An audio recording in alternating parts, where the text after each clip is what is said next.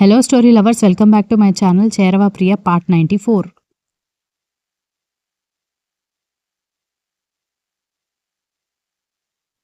Meeting రూమ్లోకి వెళ్ళి కూర్చుని హమ్మయ్య ఇప్పటికి తప్పించుకున్నాను, మళ్ళీ డిన్నర్ టైంలో అడుగుతుందేమో అనుకుంటూ ఆఫీస్ వర్క్ లేకపోయినా ల్యాప్టాప్తో టైంపాస్ చేస్తూ కూర్చుంటే విజ్జు అని ఐశ్వర్య డోర్ తీస్తూ ఉంటేనే గబగబా ఆఫీస్ వెబ్సైట్ ఓపెన్ చేసి ఏదో ఫైల్ చెక్ చేస్తున్నట్టుగా కూర్చోవడంతో, ఇదిగో కాఫీ విజ్జు, నేను నీతో ఒక ఇంపార్టెంట్ విషయం మాట్లాడాలి అని అంటూ ఉంటే, ఐషు చెప్పాను కదా నాకు చాలా వర్క్ ఉంది అని తర్వాత మాట్లాడుకుందాం అన్నాడు.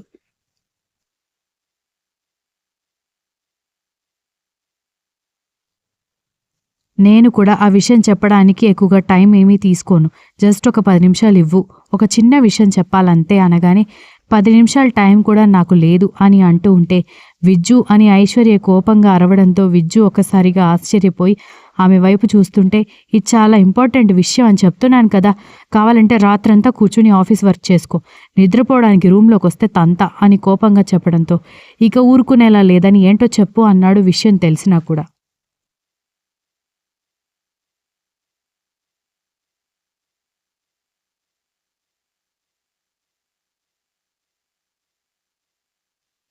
వేరే ఎక్కడైనా ఇల్లు చూడు, లేదంటే ఆంటీ నన్ను ఎన్ని మాటలన్నా సరే నేను పడ్డానికి సిద్ధంగా ఉన్నాను, మళ్ళీ ఇంటికైనా వెళ్దాం అనగానే, ఏం మాట్లాడుతున్నావు నువ్వు, పిచ్చేమైనా పట్టిందా, ఇంత కష్టపడి ఇంట్లో ఉన్న వాళ్ళని రిక్వెస్ట్ చేసి మరి మీ నాన్నని మార్చడానికి ఈ ఇంటికి వస్తే ఖాళీ చేద్దామని అంటావేంటి అనగానే, ప్లీజ్ విజ్జు, ఇక్కడే ఉంటే అన్నయ్య పెళ్లికి వెళ్లకుండా నేను ఉండలేను, అమ్మ అన్నయ్య నానమ్మ కూడా నాతో మాట్లాడకుండా ఉండలేరు, ఒకవేళ నేను పెళ్లికి వెళ్లకుండా తప్పించుకున్న సంగీత ఫ్రెండ్ ఎదురింట్లోనే ఉంటే నాతో మాట్లాడకుండా రాకుండా ఉంటుందా, అవన్నీ మా నాన్నకి నచ్చదు, అసలు ఆయనకి దూరంగా ఉండడమే మంచిది అని అంది ఐశ్వర్య.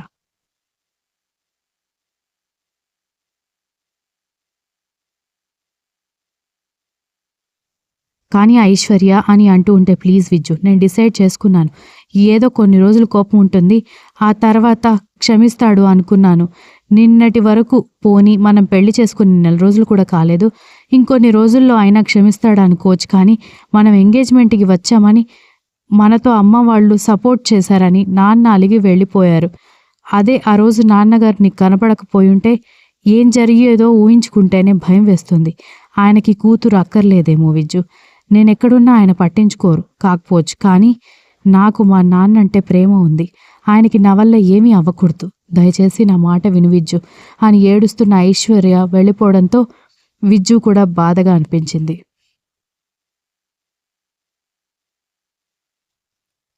ఎలాగైనా ఐశ్వర్యని ఇల్లు ఖాళీ చేద్దామని చెప్పనివ్వకుండా ఉండాలనుకున్నాడు, కానీ ఈరోజు ఆమె బాధను చూస్తుంటే అదే కరెక్టేమో అనిపిస్తోంది. ఎదురుగా ఉంటే అటు వెళ్ళలేక, ఇటు తనని తాను నియంత్రించుకోలేక ఇబ్బంది పడుతోంది. దాని బదులు వాళ్ళు వెళ్ళిపోవడమే మంచిదని అనుకుంటూ విజ్జు ఏదో ఆలోచించుకుంటూ ప్యాకర్స్ అండ్ మూవర్స్కి కాల్ చేసి రేపు ఉదయాన్నే రమ్మని చెప్పి ఫోన్ కట్ చేశాడు.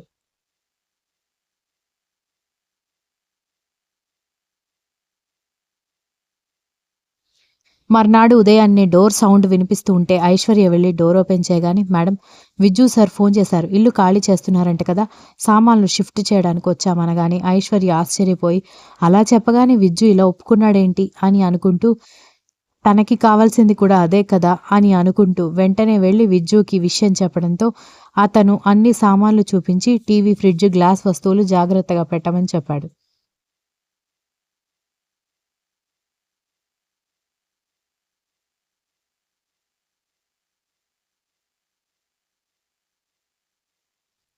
ఇంటి ముందు సామాన్లు షిఫ్ట్ చేస్తున్న మనుషులు కనిపించడంతో ఆఫీస్కి వెళ్తున్న సంజయ్ అమ్మా అమ్మా అని గట్టిగా అరవడంతో వాళ్ళమ్మ బయటకొచ్చి ఏంట్రా అనగాని, ఏంటి సామాన్లు షిఫ్ట్ చేస్తున్నారు, చెల్లవాళ్ళు ఎక్కడికి వెళ్తున్నారు అనగాని, నాకేం తెలుసురా, ఇప్పుడు నువ్వు చెప్తేనే చూస్తున్నాను, లేవగానే వంట చేయడం, నానమ్మకి టిఫిన్ తినిపించడం, ఈ పనులే సరిపోయాయి నాకు అనగానే వెంటనే సంజయ్, ఐశ్వర్య వాళ్ళ అమ్మగారు ఇద్దరు ఇంట్లోకి రాగానే తన బట్టలు, విజ్జు బట్టలు అన్నీ ఒక లగేజ్లో మడత పెట్టి పెట్టేస్తున్న ఐశ్వర్య దగ్గరికి వచ్చి, ఏం జరుగుతోంది ఐశ్వర్య అని అడిగారు సంజయ్, ఐశ్వర్య వాళ్ళ అమ్మగారు.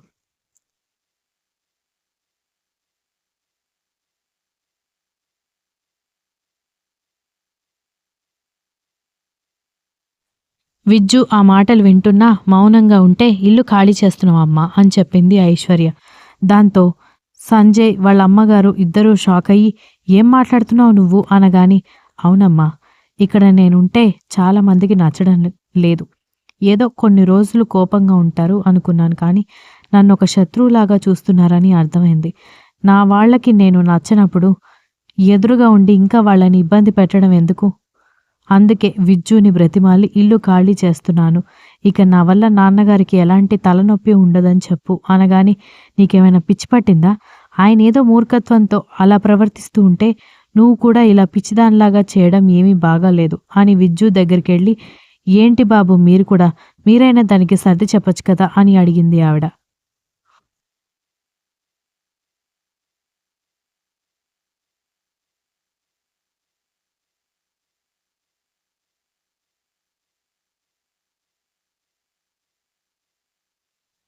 మొదట్లో ఐశ్వర్య తొందరపడుతుందేమో అని నేను కూడా అలాగే తనని ఇల్లు ఖాళీ చేయాలి అన్న మాట చెప్పనివ్వకూడదు అనుకున్నాను అత్తయ్య. కానీ తన కళ్ళల్లో ఎప్పుడైతే అంతులేనంత బాధని, నిరాశ, విరక్తిని చూశానో అప్పుడే నేను కూడా డిసైడ్ చేసుకున్నాను. తాను బాధపడ్డం చూడలేకపోతున్నా అత్తయ్య అని చెప్పడంతో ఇక ఎవరూ ఏం మాట్లాడలేకపోయారు.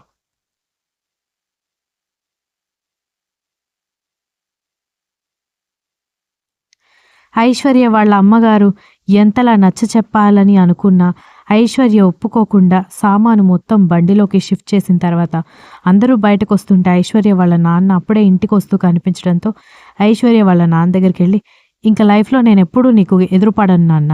నేనంటే నీకు కోపం అని తెలుసు కానీ ఇంత కోపం అని నేను ఊహించలేకపోయాను. నా కోసం నువ్వు నీ ఇల్లు వదిలేసి నీ వాళ్ళని వదిలేసి వెళ్ళిపోవడం ఏంటి నాన్న? ఇంకెప్పటికీ మీకు నా మొహం కనిపించదు అని చెప్పేసి విజ్జు వెళ్దామా అని అంటూ ఇద్దరూ కలిసి బయలుదేరిపోయారు.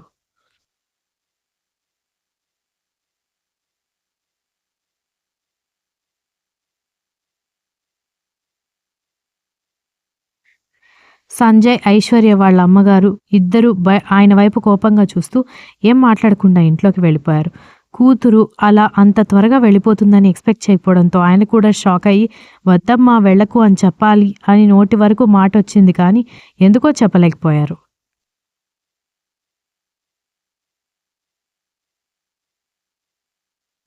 ఏదో వేరే ఇంటికి తీసుకురావడంతో ఇదేంటి అత్తయ్య వాళ్ళ ఇంటికి తీసుకెళ్ళమన్నాను కదా అని ఐశ్వర్య అడిగేసరికి పౌరుషంతో ఇల్లు వదిలేసి వెళ్ళిపోయారు. మళ్ళీ ఏ మొహం పెట్టుకుని వచ్చారని మమ్మీ అడిగితే ఏం చెప్తాం? తనంతా తానుగా వచ్చి ఇంటికి పిలిచే వరకు మనం అక్కడికి వెళ్ళట్లేదు. అందుకే నువ్వు నిన్న నైట్ చెప్పగానే ఈ ఇల్లు రాత్రికి రాత్రే రెంట్ కోసం మాట్లాడేశాను అనగానే పర్వాలేదులే అని అంటూ వాళ్ళకే ఇంకొంచెం ఎక్స్ట్రా మనీ ఇచ్చి సామాను మొత్తం సర్దించారు.